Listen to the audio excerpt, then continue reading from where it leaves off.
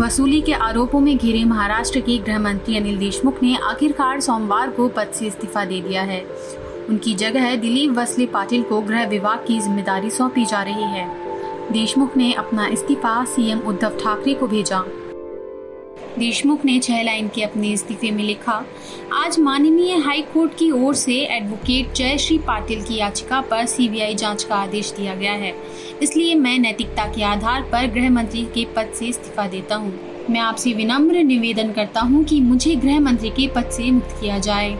The order of Honorable High Court on the allegation of ex-Chief Police Commissioner.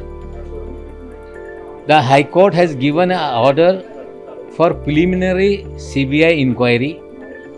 After the order, Home Minister Anil Deshmukh ji has met Mr. Pawar and party leaders.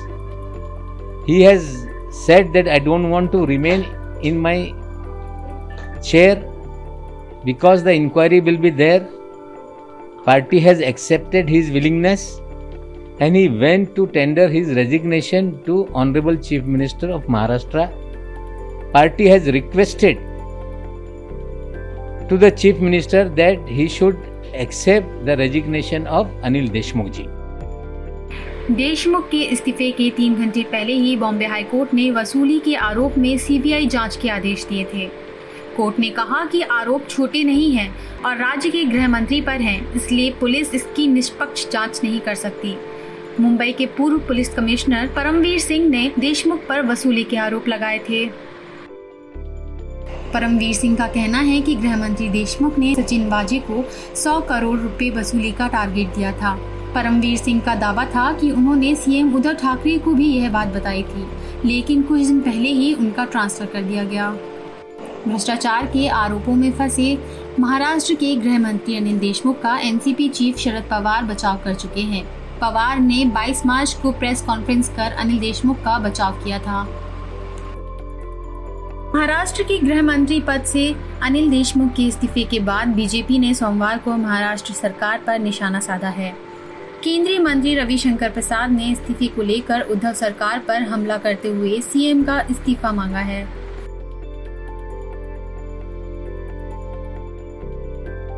मुख्यमंत्री उद्धव ठाकरे खामोश हैं। शरद पवार जी कहते हैं मंत्री के बारे में फैसला मुख्यमंत्री करते हैं, और कांग्रेस और शिवसेना कहती है कि देशमुख जी के बारे में फैसला एनसीपी करेगी। आज तो कमाल ही हो गया। वो शरद पवार से अनुमति लेने गए और जाके मुख्यमंत्री जी को अपना इस्तीफा सौंपा। तो देश को क्या बताया जा रहा था? Why the country was being taken for a ride? हम भी जानते हैं कि शरद पवार के इशारे पर ही वो इस्तीफा देते या न देते, लेकिन हमारे उद्धव ठाकरे जी कब बोलेंगे? उनकी खामोशी कई सवाल खड़े कर रही है।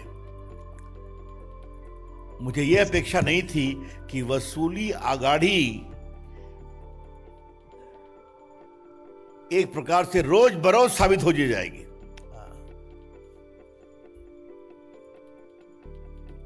तो इसलिए हम एक बात फिर कहेंगे कि हमारे, कहाँ है चिट्ठी भाई उनकी, लाओ। बड़ा अच्छा लगा, ये अनिल देशमुख का इस्तीफा है। इसमें क्या कहा गया है? मैं नैतिक आधार पे इस्तीफा दे रहा हूं। ये बड़े शब्द बड़े रोचक लगे मुझे। मुख्यमंत्री जी, आपकी कोई नैतिकता है कि नहीं? उद्धव ठाकरे जी, आपके मुख्यमंत्री तो रोज अपने को डिफेंड करते थे, मंत्री, गृह मंत्री। आप तो कुछ नहीं बोलते थे। आपकी पार्टी, आपकी सरकार, आपके प्रवक्ता, आपके नेता और देशमुख साहब खुद ही अपने को डिफेंड करते थे कि मैं तो बीमार था और क्या था वगैरह वगैरह।